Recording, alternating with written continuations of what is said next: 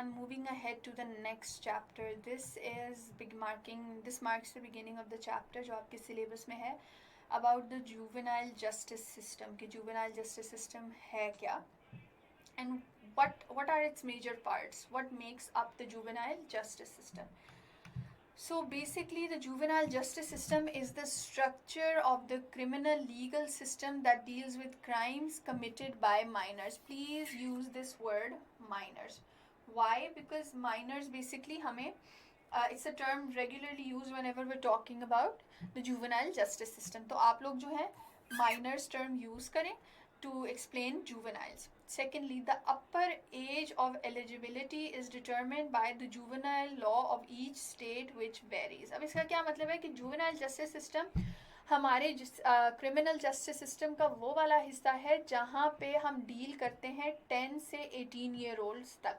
अब 10 वाला तो समझ आती है, 18 वाली जो डिजिट है it can vary from one place to another because हर स्टेट में हर एरिया में according to the law minors की जो मैक्सिमम एज है वो डिफरेंट होती है. So this can be more और less the same.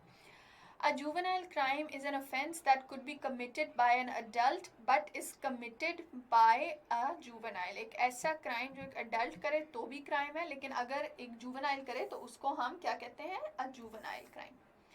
In the juvenile justice system, youth offenders are not tried as adult. Tried का मतलब यहाँ क्या है कि उनका ट्रायल जो है वो एक अडल्ट की तरह उनका ट्रायल नहीं होता, उनको सेपरेटली हैंडल किया जाता है. And their cases are heard in a separate court designed for juvenile. Separate court very important.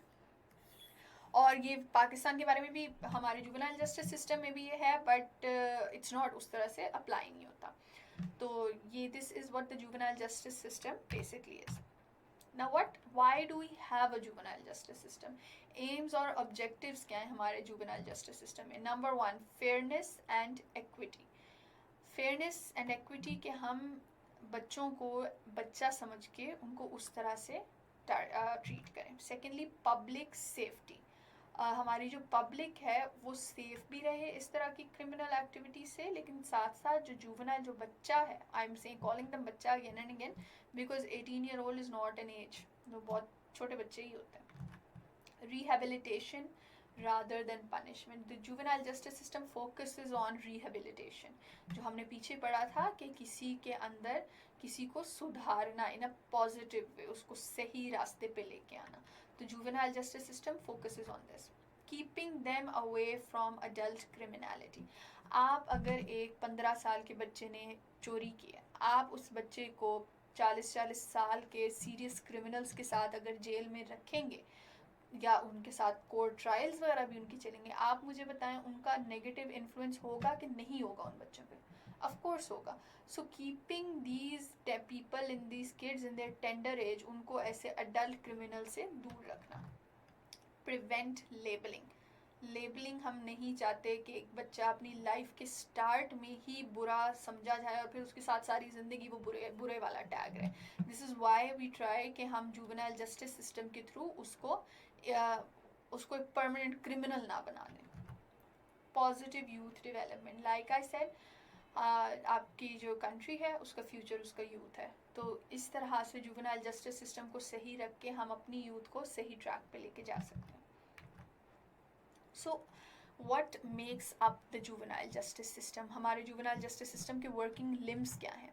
Number 1, the police, जिन्होंने जाना है और अरेस्ट करना है. अब ये हम अगले लेक्चर में पढ़ेंगे किस तरह से पुलिस काम करती है और जुवेनाइल्स के केस में उन्होंने किस तरह से बिहेव करना है.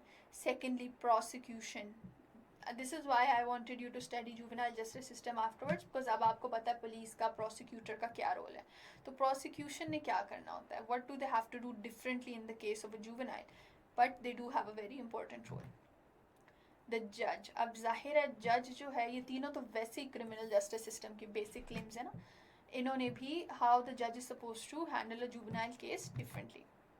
द लॉयर, उनका जो डिफेंस अटर्नी है उस बच्चे की जिसने उसको कोर्ट में डिफेंड करना है, he is also a part of this.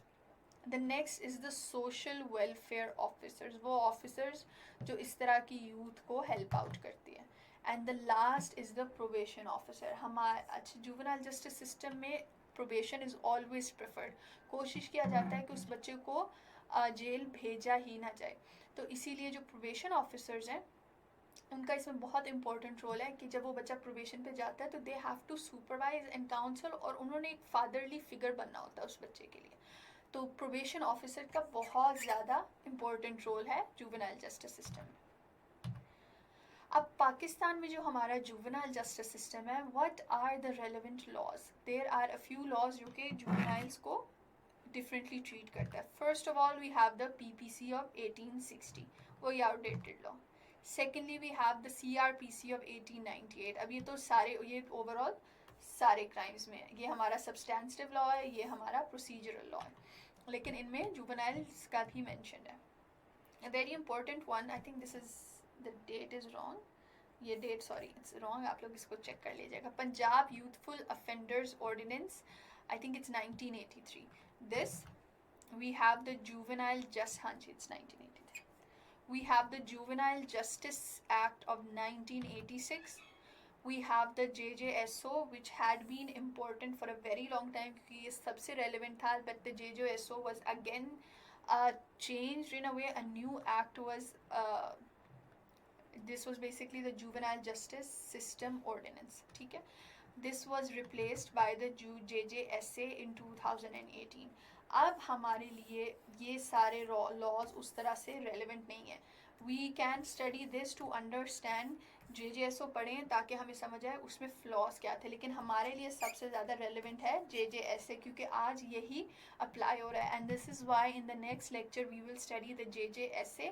उसके हम क्लॉजेस पढ़ेंगे और हम ये समझेंगे, we will try to understand कि जुवेनाइल जस्टिस सिस्टम में किसका क्या रोल है.